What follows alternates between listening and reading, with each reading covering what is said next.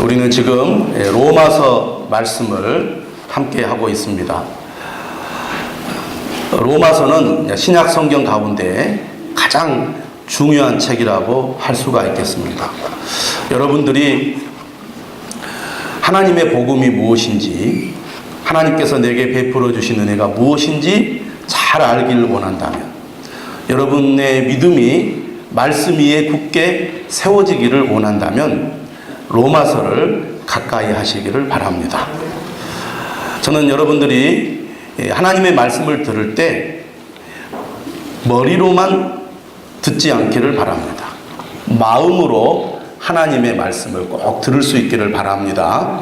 어떤 사람들은 하나님의 말씀을 들을 때 머리로 받아들이면서 판단하고 생각을 합니다. 하지만 우리가 하나님의 말씀을 가슴으로 듣고 마음으로 들을 때 하나님의 말씀이 우리의 믿음이 되고 능력이 될 줄로 믿습니다. 저는 여러분들에게 이런 고면을 드리고 싶습니다. 로마서를 대하는 마음가짐, 우리가 어떤 마음가짐을 가지고 로마서를 대해야 할 것인가? 저는 두 가지 마음을 가지고 로마서를 여러분들이 접할 수 있기를 바랍니다. 첫째는 두려워하는 마음입니다. 두려움. 그리고 두 번째는 감사함입니다. 저는 여러분들이 로마서를 읽으면서 또 로마서 말씀을 들으면서 하나님을 향한 두려움과 또 하나님을 향한 감사의 마음이 회복될 수 있기를 주님의 이름으로 축원합니다. 로마서 1장 18절에서 오늘 우리가 읽은 로마서 3장 20절까지는 죄에 대해서 말씀하고 있습니다. 하나님의 복음에 대해서 증거하기 위해서 첫째로 알아야 할 것이 죄라고 사도 바울은 강조하고 있습니다. 많은 성도들이 이 죄 부분의 말씀을 들으면서 이런 생각을 합니다. 이 말씀들은 나와는 상관이 없어. 나는 이미 이 부분을 통과한 사람이야. 이렇게 생각을 하고 그냥 지나쳐 버린다는 것입니다. 여러분, 복음이란 무엇입니까? 복음이란 좋은 소식입니다. 기쁜 소식이죠. 여러분, 좋은 소식을 들었을 때 여러분은 어떤 반응을 보입니까? 놀라거나 감격하거나 소리를 지르거나 매우 기뻐할 것입니다. 그런데 여러분에게 묻고 싶습니다. 여러분, 하나님의 말씀, 복음을 듣는 여러분들의 마음에 이러한 기쁨, 감격, 즐거움, 환호성이 있는가? 많은 성도들이 하나님의 말씀을 듣는데 감각이 없습니다. 무덤덤합니다. 별로 감격하지도 않습니다. 예수 그리스도의 복음이 얼마나 놀랍고 귀한 것인지에 대해서 무덤덤한 그런 반응을 보일 때가 많습니다. 또 그러한 게 익숙해져 있어서 그런가 보다 이런 생각으로 하나님의 말씀을 들을 때가 많다는 겁니다. 왜 그럴까? 로마서를 다시 보면서 그런 생각을 해봅니다. 이 1장 18절에서 3장 20절의 말씀은 나와 상관이 없는 말씀이 아닙니다. 오늘 예수 그리스도를 믿고 있는 우리들이 다시 주목하여 들어야 할 말씀이라는 것입니다. 여러분, 로마서 1장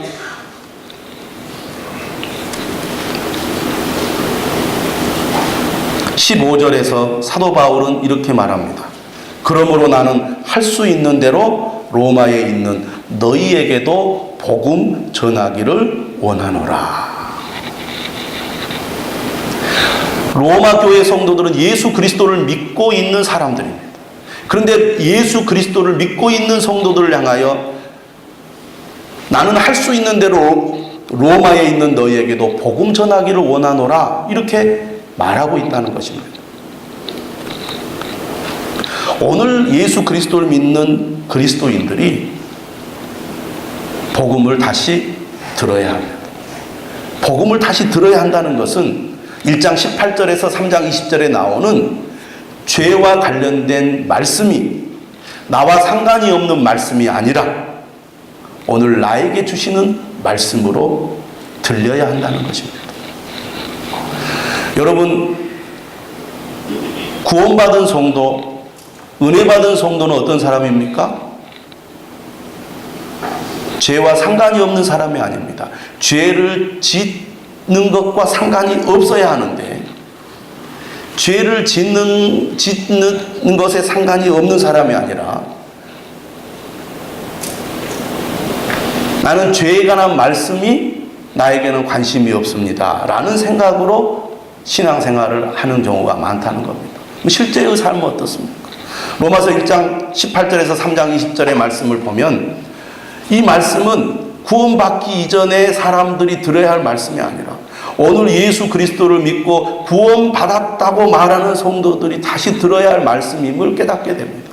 오늘 우리 자신이 이 죄의 문제를 여전히 반복하여 범하고 있다는 것. 그리고 이 말씀을 들을 때 우리가 두려운 마음을 가져야 되는데 나는 이미 통과했어. 나와는 상관이 없어. 라고 생각하면서 실제로는 하나님 없는 삶을 살고 있는 현실.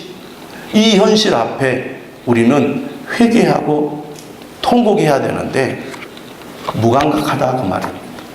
저는 그런 의미에서 오늘 우리 그리스도인들이 이 로마서의 복음을 다시 들어야 하고 특히 1장 18절에서 3장 20절에 나오는 죄의 문제에 대해서 진지하게 이 말씀을 들어야 할 줄로 믿습니다. 오늘 본문의 결론은 뭡니까? 모든 사람이 다 죄인이라는 것입니다. 이 말은 한 사람도 죄에서 자유로운 사람이 없고 죄인이 아닌 사람이 없다는 얘기입니다. 문제는 이 죄 때문에 인간은 하나님의 진노 아래 있다고 로마서는 말합니다.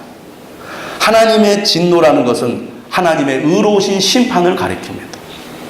하나님의 의로우신 심판이 나타나는 날, 다시 말하면 하나님의 진노가 임할 그 심판의 날에 모든 죄인은 그 죄로 말미암아 하나님의 심판을 받게 될 거라는 것입니다.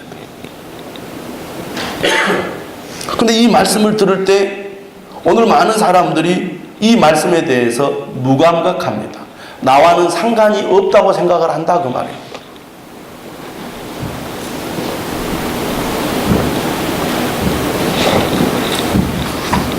많은 사람들이 치명적인 병에 걸렸어도 의사 앞에 가서 검사를 하고 병명이 나기 전까지는 아무렇지 않다고 생각합니다. 괜찮을 거라고 생각합니다.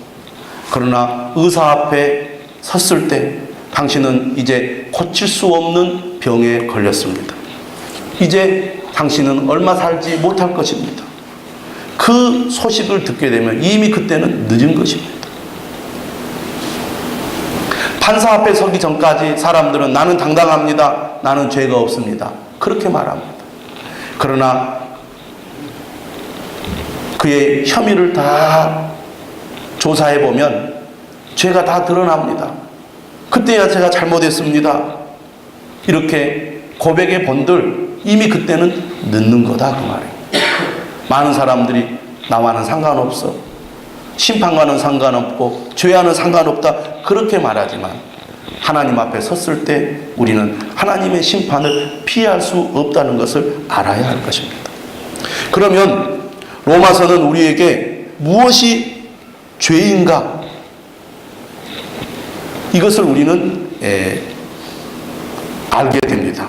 죄의 본질은 1장 28절에 나오는 대로 마음에 하나님 두기를 싫어하는 것입니다. 마음에 하나님 두기를 싫어하는 사람의 특징이 뭡니까? 하나님에 대해서 무관심함. 하나님에 대해서 무관심하니까 하나님을 멀리하는 것입니다. 저는 여러분에게 묻습니다. 지난 한 주간 하나님을 얼마나 생각하셨습니까? 하나님과 얼마나 교제하셨습니까? 여러분 마음의 중심에 하나님이 얼마나 계셨느냐고 말이에요. 나는 그리스도인입니다. 나는 하나님의 자녀입니다. 라고 여러분들은 자신 있게 말하지만 실제로 우리가 한 주간 살아가면서 여러분의 관심이 어디에 있었습니까? 묻는다면 저의 최고의 관심은 역시 하나님이었습니다. 물론 뻔뻔하게 그렇게 말하는 사람이 있을지 모르지만 실제로 여러분의 삶을 한번 돌아보십시오. 여러분의 관심이 어디에 있었습니까? 죄의 본질은 마음에 하나님 두기를 싫어하는 것입니다. 마음에 하나님 두기를 싫어하는 사람의 특징이 1장에 보면 3가지로 나오는데, 첫째, 하나님을 알면서도 영화롭게도 아니하며 감사하지도 아니한다고 말합니다. 1장 21절의 말씀이에요. 경건하다는 것은 하나님을 영화롭게 하고 하나님께 감사하는 것입니다. 하나님을 영화롭게 하고 감사하는 삶의 가장 기본은 뭡니까? 바로 예배입니다. 여러분 얼마나 경건한 자의 삶을 사셨습니까? 얼마나 하나님을 예배하기를 사모하셨습니까? 예배를 즐거워하십니까? 여러분 우리가 무엇을 좋아하고 무엇을 즐거워하면 견딜 수가 없어요. 하고 싶어서 가만히 앉아있을 수가 없습니다. 아이들이 소풍을 가면 그 전날부터 잠을 설치는 거 우리가 잘 알잖아요. 여러분 다 멀리 여행을 가본 경험들이 있을 것입니다. 비행기를 타고 멀리 여행을 가게 되면 잠이 안 옵니다. 마음이 설레서. 우리가 하나님을 향한 사모함이 있으면, 하나님을 영화롭게 하고 하나님께 감사하고자 하는 마음이 있다면 여러분 예배를 즐거워할 줄로 믿습니다. 또 예배를 드려야 합니까? 꼭 예배를 드려야 합니까? 우리 마음속에 그런 생각이 있습니다. 여러분 예배의 자리로 나오시기 바랍니다. 주일 낮만 예배 드리려고 하지 말고 저녁 예배도 나오세요. 직분자들은 반드시 공예배 참석해야 합니다 라고 얘기하면 속으로 반발합니다. 꼭 그래야 됩니까? 목사님 우리 사정을 너무나 모르시군요. 제가 얼마나 바쁘게 얼마나 힘들게 살고 있는 줄 아십니까? 물론 불가피할 수 있습니다. 그러나 하나님을 예배하는 것이 내 기쁨이고, 하나님을 예배하는 것이 축복이고, 하나님을 예배하는 것이 내 삶의 능력이다, 이 믿음이 있고, 내가 하나님께 예배할 수 있다는 것이 정말 감사한 일이다 라는 믿음이 있다면 어떻게 해서든지 예배 드리려고 하겠지요.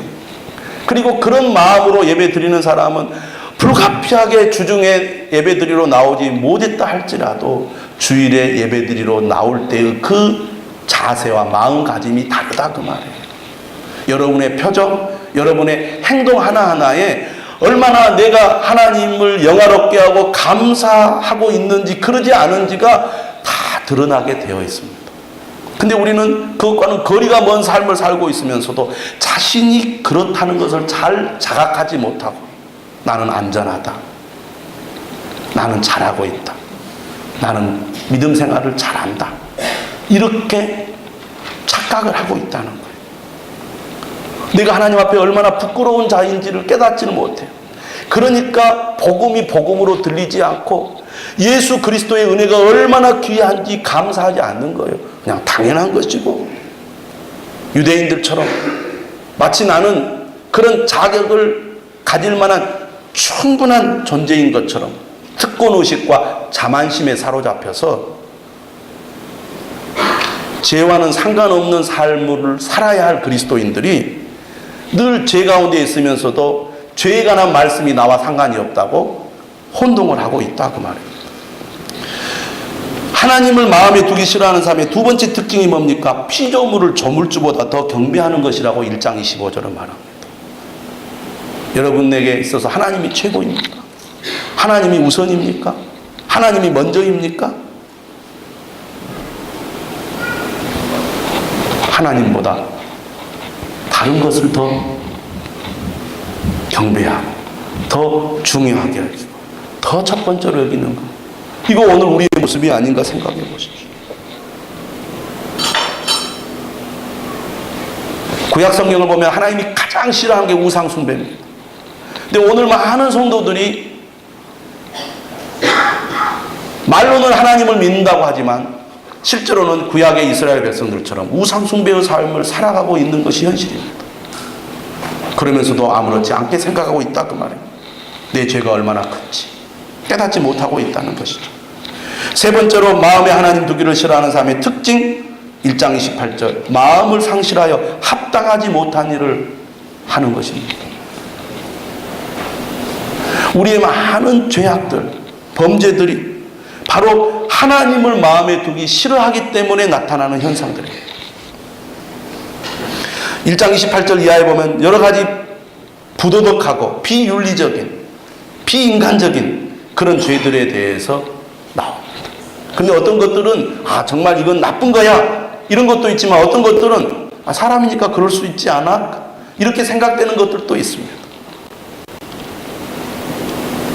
그런데 2장 1절에서 16절에 보면 이런 사람들이 등장합니다. 1장 28절 이하에 이런 비도덕적이고 비윤리적인 삶을 비판하고 판단하는 그런 사람들에 대해서 나옵니다. 여러분 세상 사람들이 다 비윤리적이고 비도덕적일까요? 그렇지 않습니다. 정직하고 진실하고 윤리적이고 다른 사람들을 배려하고 질서와 법을 잘 지키는 사람들이 세상에는 많이 있습니다. 또 유대인들도 어떤 면에서는 이런 부도덕한 사람들과 비교해 볼 때 훨씬 더 하나님 말씀을 잘 따르고 지킨 삶을 살았습니다. 근데 이 사람들의 문제가 뭐냐? 그 사람들은 나는 비도덕적인 행동을 하지 않고 질서와 법, 또 율법을 잘 지키고 살았다. 근데 저 사람들은 왜 저렇게 사는지 모르겠다 하고 판단하는 그런 행동을 했다는 것입니다. 근데 이러한 사람들에 대해서 오늘 사도 바울은 2장 1절에서 이렇게 말합니다. 그러므로 남을 판단하는 사람아 누구를 막론하고 내가 핑계하지 못할 것은 남을 판단하는 것으로 내가 너를 정죄함이니 판단하는 내가 같은 일을 행함이라. 무슨 얘기입니까? 사람들은요 자신에게는 관대한데 남에게는 엄격한 그런 특징이 있습니다. 여러분 우리가 많이 듣는 요즘 사자성어 한자어도 아니에요. 내로남불이라고. 내가 하면 로맨스, 남이 하면 불륜. 남에 대해서는 관대하고 나에 대해서는 엄격해야 되는데 오히려 나에 대해서는 관대하고 남에게는 엄격한 그런 태도를 취하는 것이 사람들의 모습입니다. 예수님께서 마태복음 7장 이하에서 뭐라고 말씀하셨습니까? 비판을 받지 아니하려거든 비판하지 말라. 너희가 비판하는 그 비판으로 너희가 비판을 받을 것이다 말씀하셨습니다. 그러면서 이렇게 말씀하십니다. 어찌하여 형제의 눈 속에 있는 티는 보고 내 눈 속에 있는 들보는 깨닫지 못하느냐. 판단하는 사람들의 특징이 뭡니까? 자신은 옳다고 생각하는 거예요. 오늘날 사회적인 범죄, 흉악한 범죄가 많이 일어납니다. 그것이 인터넷을 통해서 늘 공개가 되다 보니까 이전보다 사람들은 이런 흉악한 소식들을 자주 접합니다. 가까이서 접합니다. 그런 것을 보면서 사람들은 분노해요. 왜 우리나라는 사형을 집행하지 않느냐. 흉악한 범죄를 근절하는 것, 법과 질서를 세워서 사람들이 안전하게 살아가도록 만드는 것 필요한 일입니다. 그러나 우리가 다른 사람을 향하여 개인적으로 비난하고 비판하고 저주하고 그러게 할 때 한 번만이라도 나 자신을 돌아본다면 남을 쉽게 정죄할 수 없다는 것을 깨닫습니다. 그런데 이상하게도 사람은 다른 사람들을 바라볼 때 다른 사람들의 잘못은 잘 지적하면서 자신이 얼마나 잘못하고 있는지를 잘 몰라요. 우리가 주변에서 그런 경험들을 합니다. 어떤 사람이 다른 사람에 대해서 막 비판을 합니다. 저 사람은 왜 이렇게 하고 저렇게 하는지 모르겠다. 근데 곰곰이 들어보면 그 사람도 꼭 잘하는 것은 아니에요. 근데 문제는 그렇게 지적하는 사람이 자기가 잘못한지를 잘 모르고 있을 때가 많다는 겁니다. 우리 자신이 그런 경험들을 많이 하잖아요.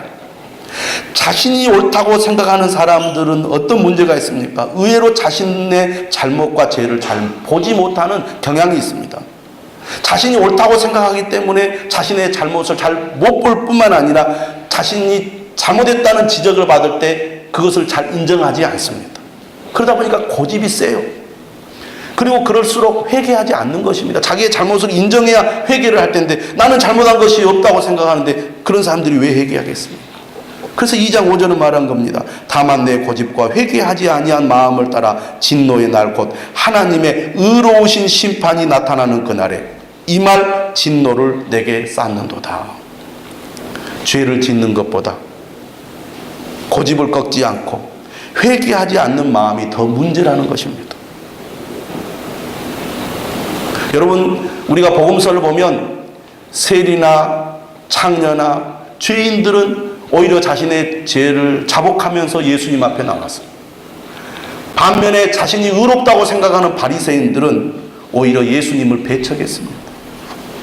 남을 판단하는 사람의 죄가 오히려 죄가 많다고 생각하는 사람들보다 더 많을 수 있다는 것을 보여줍니다.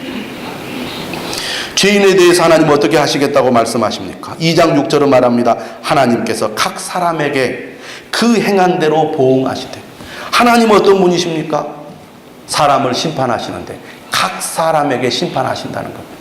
각 사람에게. 단체로 묶어갈 수 없다는 것입니다. 우리 가족 중에 한 사람이 믿음이 좋다고 가족이 함께 구원받지 않는다는 것입니다. 하나님은 각 사람에게 그가 행한 대로 심판하시는 겁니다. 여러분, 누가 이 하나님의 심판에서 제외될 수 있겠습니까? 오늘 우리가 하나님을 믿는다고 하면서도 여전히 우리가 이 죄에 그대로 노출되어 있습니다. 이 죄 가운데 있으면서도 자신이 죄를 짓고 있다는 것을 깊이 자각하지 못하고 이 죄에 대해서 심각하게 생각하지 않는다는 겁니다. 2장 16절은 말합니다. 사람들의 은밀한 것을 심판하시는 그날이라. 사람들은 눈에 보이고 드러나야 어떤 사람이 죄가 있다는 것을 압니다. 은밀한 것을 모른다 그 말이에요. 그러나 하나님은 은밀한 것까지 다 아시는 분이에요. 어느 누가 하나님 앞에 자신의 죄를 감출 수가 있겠습니까? 전 여러분들이 이 하나님의 말씀을 들을 때 두려운 마음이 들어야 될 줄로 믿습니다. 두려운 마음이 들어야 돼요. 하나님, 내가 하나님 앞에 숨을 수가 없습니다. 부끄러워서 도저히 앉아 있을 수가 없습니다. 더 심각한 것은 2장 17절 이하 유대인들의 죄입니다. 유대인들은 어떤 사람들입니까? 2장 17절 이하 이렇게 말합니다. 유대인이라 불리는 내가 율법을 의지하며 하나님을 자랑하며 율법의 교훈을 받아 하나님의 뜻을 알고 지극히 선한 것을 분간하며 맹인의 길을 인도하는 자요 어둠에 있는 자의 빛이요 율법에 있는 지식과 진리의 모본을 가진 자로서 어리석은 자의 교사요 어린아이의 선생이라고 스스로 믿으니. 이 말씀을 보면 오늘 우리 그리스도인들의 모습을 그대로 보여주는 것 같아요. 율법을 의지합니다. 우리가 하나님 말씀 의지하면서 하는 자잖아요. 하나님을 자랑합니다. 나는 하나님이 좋아요. 그렇게 말하잖아요. 근데 이 유대인들의 문제가 뭡니까? 그들이 율법을 가졌다고. 그들이 율법을 잘 알고 있다고. 그래서 다른 사람에게 율법을 가르친다고 해도, 심지어 다른 사람에게 율법을 전한다고 할지라도 그것이 그들을 하나님의 심판에서 면제해 주지 않는다는 겁니다. 그들은 특권의식이 있었어요. 여러분, 하나님의 말씀, 하나님이 어떤 분이라는 것을 우리가 어떻게 알게 되었습니까? 유대인들을 통해서 하나님의 말씀이 전해졌기 때문에 우리는 하나님이 어떤 분인 것을 알 거예요. 하나님의 계시가 유대인을 통해서 전해졌다는 거예요. 얼마나 큰 특권이고 축복입니까? 또 하나님은 이들을 언약 백성으로 삼으시면서 언약 백성의 증거로 뭘 하게 하셨습니까? 할례를 행하게 하셨어요. 할례 받았다는 거예요. 우리는 다른 민족과 다르다는 겁니다. 오늘 우리 그리스도인들도 그렇지 않습니까? 우리는 하나님의 말씀을 압니다. 우리는 예수 그리스도 성삼위일체 하나님의 이름으로 세례를 받았습니다. 특권의식과 자만심. 그래서 나는 죄와는 상관없다. 이렇게 우리가 착각하고 있다 그 말이에요. 그런데 뭐라고 말합니까? 율법을 알고 있고 율법을 가지고 있고 율법을 가르친다고 하나님 앞에 의롭다함을 받는 것이 아니라 율법을 지키는 자라야 의롭다함을 받는다라고 로마서 2장 17절 이하에서는 말씀하고 있는 것입니다. 그래서 2장 23절에 말합니다. 율법을 자랑하는 내가 율법을 범함으로 하나님을 욕되게 하느냐? 25절 내가 율법을 행하면 할례가 유익하나 만일 율법을 범하면 내 할례는 무할례가 되느니라. 여러분, 진짜 예수님을 믿지 않으면서도 세례받는 사람이 있습니다. 나는 세례받았기 때문에 내 구원은 안전하다. 아닙니다.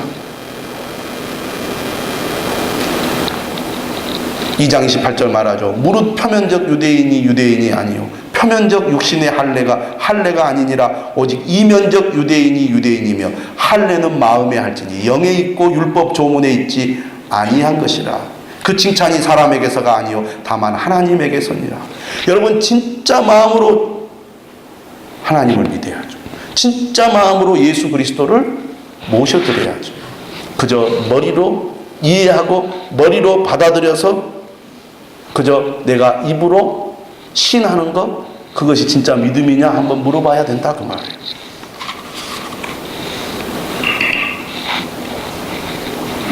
오늘 본문은 1장 18절에서 3장 20절 말씀의 결론입니다. 인간의 죄에 대한 결론이죠. 모든 사람이 다 죄인이라는 것입니다. 한 사람도 예외 없이. 바울은 이것을 증거하기 위해서 연속해서 7개의 구약 성경을 인용하고 있습니다. 다시 정리해서 말하고 있는 거예요. 3장 9절에서 18절의 말씀을 보면 세 가지를 얘기했는데, 첫째는 죄의 불경건함을 선포합니다. 죄의 본질은 경건하지 않는 데 있다는 것입니다. 하나님을 영화롭게도 하지 아니하고 감사하지도 않는 삶을 산다는 거예요. 그래서 그 시작 11절에 보면 하나님을 찾는 자도 없고, 그 끝에 있는 18절에도 그들의 눈앞에 하나님을 두려워함이 없느니라. 죄의 본질은 바로 경건하지 않는 데 있습니다. 하나님을 알면서도 영화롭게 아니하고 감사하지도 아니한 이 모습이 바로 죄의 본질입니다. 하나님의 불만은 인간이 하나님을 진정으로 찾지 않는다는 것이죠. 그분을 우리 앞에 두지 않는다는 것입니다. 우리의 모든 사상에 하나님을 위한 공간이 없다는 것입니다. 그리고 힘을 다해서 그분을 사랑하지 않는다는 것입니다. 20세기 영국의 목회자요 신학자인 존 스토트, 여러분 많이 이름을 들어보셨을 것입니다. 존 스토트가 이런 얘기를 했어요. 죄란 자아가 하나님에 대항해서 반란을 일으키는 것이다. 스스로 왕자에 앉을 작정으로 하나님을 왕자에서 물러나게 하는 것이다. 궁극적으로 죄는 자신을 신격화하는 것이요 하나님께만 속한 보좌를 점유하려는 분별 없는 결정이다.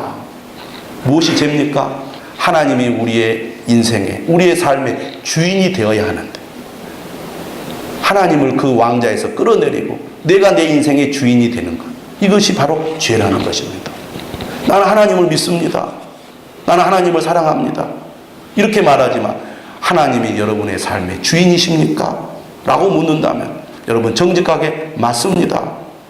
하나님은 내 삶의 주인이시오. 어제도 주인이었고 오늘도 주인이었고 내일도 주인이실 겁니다. 라고 우리가 고백할 수 있겠느냐 하는 것입니다. 두 번째로 죄의 편만함에 대해서 가르쳐 줍니다. 다시 말하면 이건 교리적으로 전적 부패라고 말합니다. 오늘 본문 말씀을 보면 13절에서 17절에 의도적으로 인간 몸의 여러 부분들을 열거해 놓고 있습니다. 그들의 목구멍은 열린 무덤이요 그 혀로는 속임을 일삼으며 그 입술에는 독사의 독이 있고 그 입에는 저주와 악독이 가득하고 그 발은 피 흘리는 데 빠른지라. 파멸과 고생이 그 길에 있어 평강의 길을 알지 못하였고 그들의 눈앞에 하나님을 두려워함이 없느니라. 내 몸의 모든 기관이 다 죄로 오염되었다는 것입니다. 전적 부패라는 것은 무엇을 의미하느냐? 인간이 선한 데가 하나도 없다. 인간은 전혀 선을 행하지 않는다. 그런 말이 아닙니다. 이 말을 들을 때 우리가 예를 들어서 12절에 이런 말씀이 있어요. 다 치우쳐 함께 무익하게 되고 선을 행하는 자는 없나니 하나도 없도다. 왜 없습니까? 우리가 반발합니다. 선을 행하는 자가 왜 없어요? 있죠. 인간은 전혀 선을 행할 줄 모른다. 그런 말이 아닙니다. 다시 말하면 부패의 정도를 여기서 말하는 게 아니고 부패의 범위를 말하고 있다는 겁니다.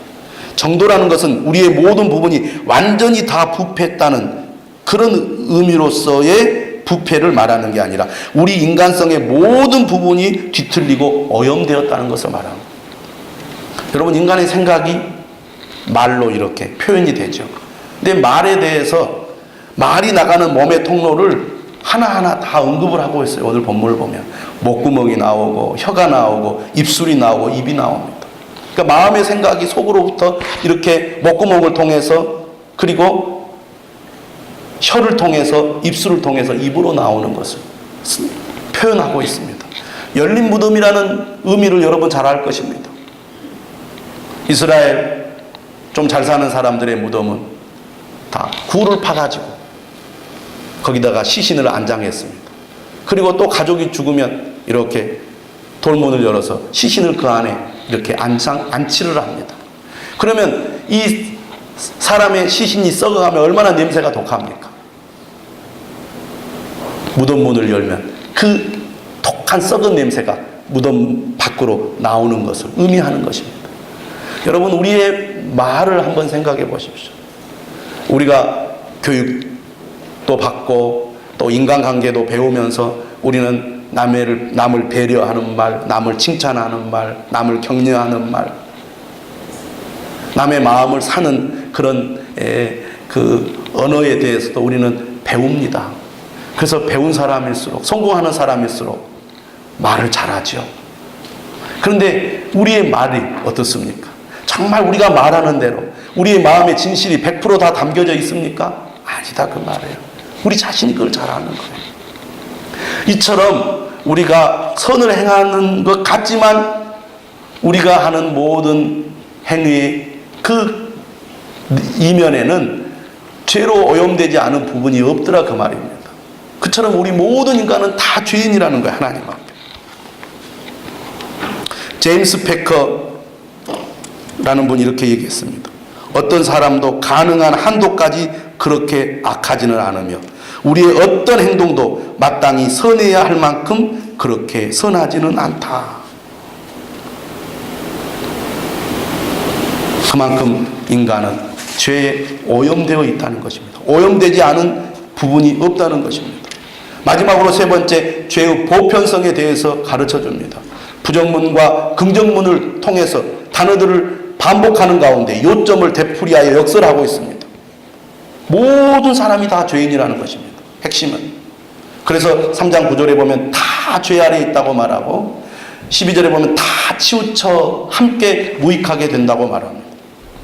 그리고 의인은 없나니 깨닫는 자도 없고 하나님을 찾는 자도 없고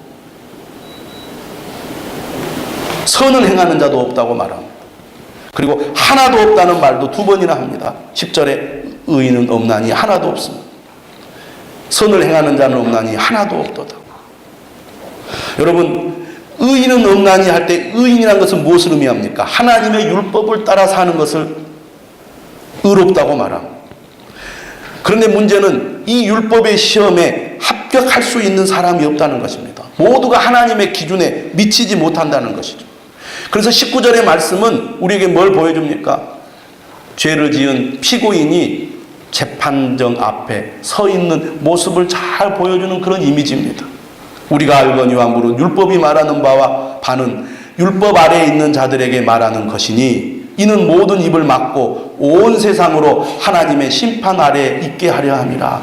이는 모든 입을 막고 판사 앞에 서서 지금 검사로부터 너의 죄에 대해서 쭉 들었는데 할 말 있으면 마지막으로 한마디 해라 할 때 피고가 그 죄가 너무나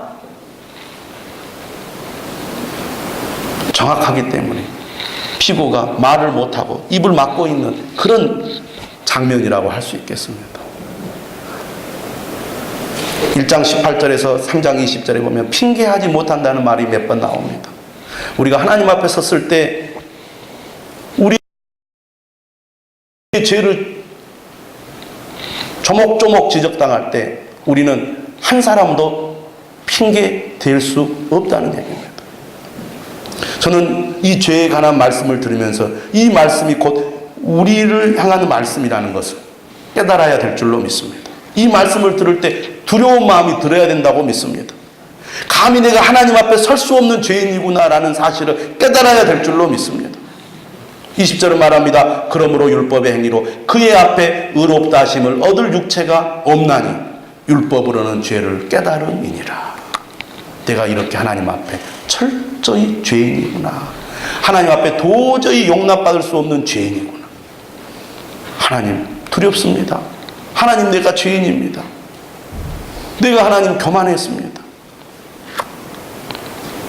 우리가 이렇게 두려움과 답답함을 여기서 철저하게 느껴야 3장 21절 말씀이 복음으로 다가오는 거예요. 이제는 하나님 두 손 들고 하나님 내가 죄인입니다.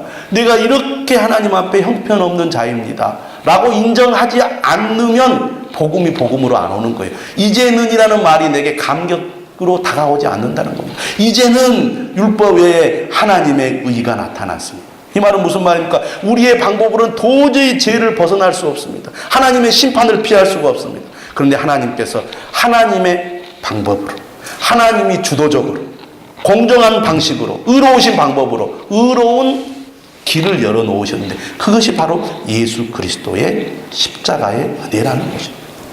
내 죄가 철저히 하나님 앞에 드러날 때 하나님의 은혜를 붙들지, 내가 뭐 하나님 앞에 잘못한 것이 뭐가 있냐고 생각하는 사람이 어떻게 예수 그리스도의 십자가가 그렇게 감격스러울 수 있겠습니까? 저는 여러분들이 다시 한번 십자가의 은혜가 감격으로 받아들여질 수 있기를 바랍니다. 나는 오직 예수 그리스도의 십자가만 의지합니다. 내가 십자가를 의지하지 않고는 하나님 앞에 의롭다함을 받을 수가 없습니다. 의롭다함을 받는다는 게 뭡니까? 바로 하나님 앞에 무죄 선고를 받는 것입니다. 무죄 선고를 받아야 하나님과의 관계가 회복이 돼서 하나님 앞에 설 수 있죠. 불의한 우리가 어떻게 하나님 앞에 설 수 있습니까? 하나님과 원수 관계가 설 수가 없는데, 이 죄인을 용서할 수 있는 길은 바로 예수 그리스도의 십자가밖에 없는 것이죠. 그래서 우리가 감격한 거예요. 여전히 나의 모습은 어떻습니까? 하나님을 믿는다고 하면서 여전히 1장 18절에서 3장 20절에 죄를 늘 범하고 늘 그 가운데 있으면서도 죄인 줄 깨닫지 못하는 우리 자신 아닙니까? 십자가를 붙들어야 됩니다. 예수 그리스도의 십자가밖에 없습니다. 십자가를 의지하지 않고는 내가 살 길이 없습니다. 주님 나를 불쌍히 여겨주시옵소서. 이런 간절함이 오늘 우리를 성화의 길로 이끄는 줄로 믿습니다. 그렇지 않으면 나도 모르는 사이에 점점 하나님부터 멀어져 갑니다. 믿는다고 하는데 안 믿고 있어요. 그걸 실천적 무신론자라고 말합니다. 지식으로는 믿는데 삶으로는 안 믿는 거예요. 그게 불신앙이죠. 그게 유대인들의 모습 아닙니까? 오늘 우리 그리스도인들이 이 말씀을 다시 들어야 됩니다. 이 복음을 들어야 됩니다. 십자가의 은혜가 여러분에게 진정한 복음으로, 감격으로 다가올 수 있도록 여러분 죄에 대해서 철저히 깨닫고 회개하고 여러분의 그 자만심과 그 특권의식을 내려놓으시기를 주님의 이름으로 축원합니다. 우리 다 같이 찬송.